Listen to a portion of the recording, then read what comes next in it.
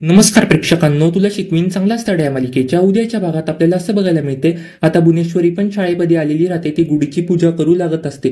तेवढं तिथून अक्षरा येते. आता भुवनेश्वरी अक्षराला विचारू लागत असते की बोला, तुम्हाला काय बोलायचंय ते बोला तुम्ही. हेच अक्षरा म्हणते, बोला म्हणजे काय बोला बरं, मला तुमच्याशी काही पण एक बोलायचं नाहीये. तेव्हा लगेच भुवनेश्वरी पण म्हणते, तुम्हाला दरवेळेस काही ना काहीतरी तर बोलायचंच राहतं, काही ना काहीतरी तुमच्या डोक्यामध्ये शिजतच राहतं ना, बोला ना, मग आता का बोलत नाही. हेच अक्षरा म्हणते, आता मी तुमच्याशी नाही, डायरेक्ट अधिपतींशी बोलणार आहे. आता मी काय करते ना भुवनेश्वरी मॅडम, बघाच तुम्ही.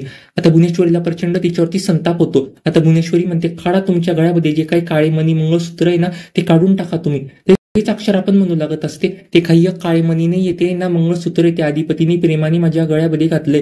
तुमच्या गळ्यामध्ये कोणी मंगळसूत्र घातलं नाही ना, म्हणून तुम्हाला असं वाटतं. असं म्हणून अक्षरा भुवनेश्वरीचा चांगलाच मान उतारा करते, तिचा चांगलाच माज उतरवते. आणि अक्षरा लगेच म्हणते भुवनेश्वरीला, अवघ्या 2 महिन्याच्या आत मी पुन्हा घरी आलेली राहिली आणि आमच्यामध्ये जे काही एक भांडण आहे ना, ते भांडण पण मिटेल. आता मी पुढे काय करते ना भुवनेश्वरी मॅडम, बघाच तुम्ही, आता तुमची उलटी गिनती सुरू. असं म्हणून अक्षरा तिथून निघून जाते.